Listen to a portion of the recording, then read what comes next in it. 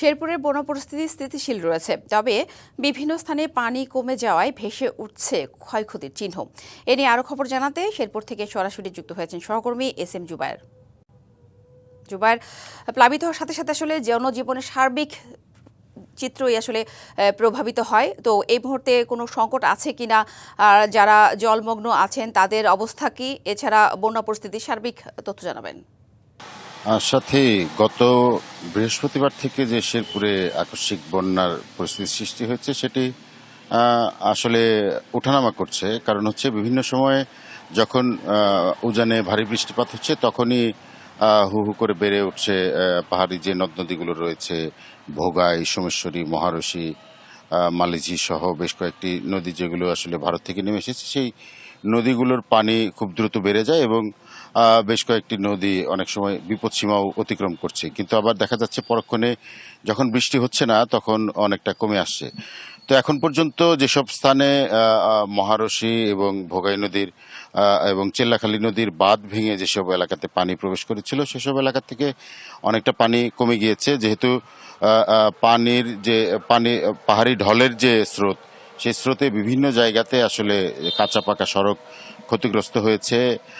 শেরপুর নালিতাবাড়ি আঞ্চলিক যে সড়ক রয়েছে সেই সড়কে একটি স্থানে গোল্লারপাড় স্থানে কিন্তু আসলে 100 মিটারের মতো পাকা বাঁধ সহ সড়কের অর্ধেক নদীগর্ভে বিলীন হয়েছে।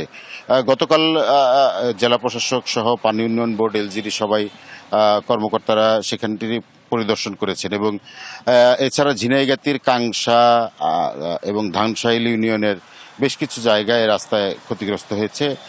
হাতিবান্ধা ইউনিয়নেও আমরা দেখেছি যে একটি গ্রামীণ সড়ক আসলে ধসে গিয়েছে পানির তোরে। এখন পর্যন্ত আসলে যে 20টি গ্রামে পানি প্রবেশ করেছিল সেখান থেকে পানি কিছুটা কমেছে, তবে এখনো শঙ্কা রয়েছে যে যদি আবারও ভারী বর্ষণ হয় তাহলে হয়তো নতুন করে আরো কিছু এলাকাতে প্লাবিত হতে পারে। সবচেয়ে বড় সমস্যায় রয়েছে আসলে কৃষকরা দুশ্চিন্তায় রয়েছে যে তারা যে আমনের বীজতলা করেছিল সেটি আসলে গত কয়েক মাসে কয়েকবার নষ্ট হয়েছে, ফলে তারা আসলে এবার আমনের আসলে চারা রোপণ করতে পারবেন কিনা সেটি নিয়ে তারা শঙ্কায় রয়েছে।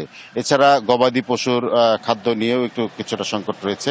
তবে এখন পর্যন্ত যেসব এলাকাতে হচ্ছে পানি আছে তেমন আসলে দুর্ভোগ নেই, কিন্তু আসলে যদি কোনো কারণে আবারও পানি বাড়ে সেই ক্ষেত্রে কিন্তু আসলে ভোগান্তি বাড়তে পারে, যেহেতু এখন পর্যন্ত শেরপুরে যতগুলো নদ নদী খালবিল রয়েছে, মাঠঘাট রয়েছে, সব দিকে চারিদিকে আসলে পানি থই থই করছে।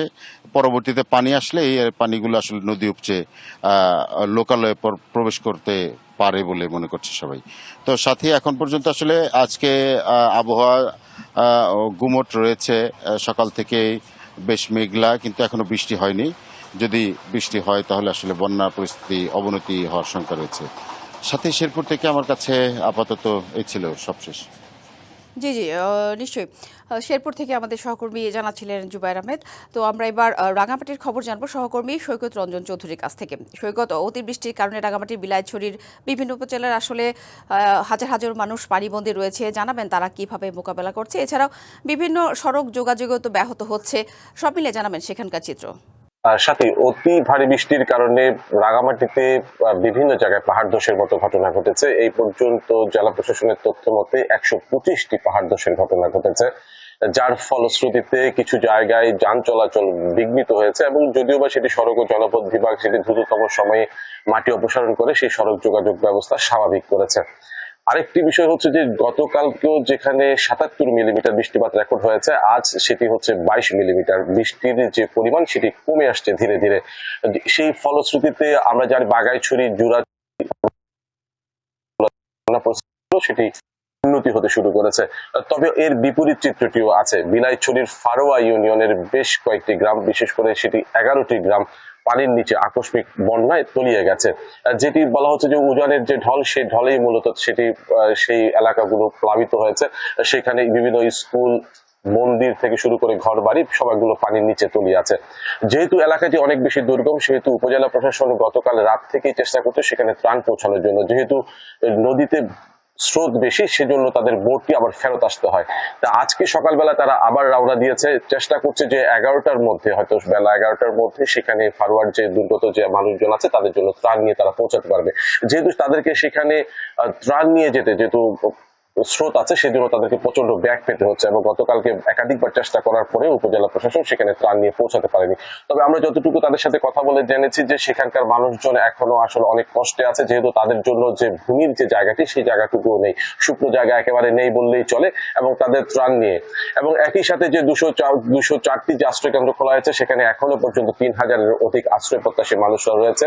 এই দুর্যোগ এবং ত্রাণ মন্ত্রণালয়ের প্রতিমন্ত্রীও গতকালকে এসে এখানকার যে আশ্রয় কেন্দ্রগুলো পরিদর্শন করে গেছেন। দ্রুততম সময়ে যেসব জায়গায় ত্রাণ পৌঁছায়নি সেসব জায়গায় ত্রাণ পৌঁছানোর চেষ্টা করছে জেলা প্রশাসন। তাতেই ধন্যবাদ সৈকত।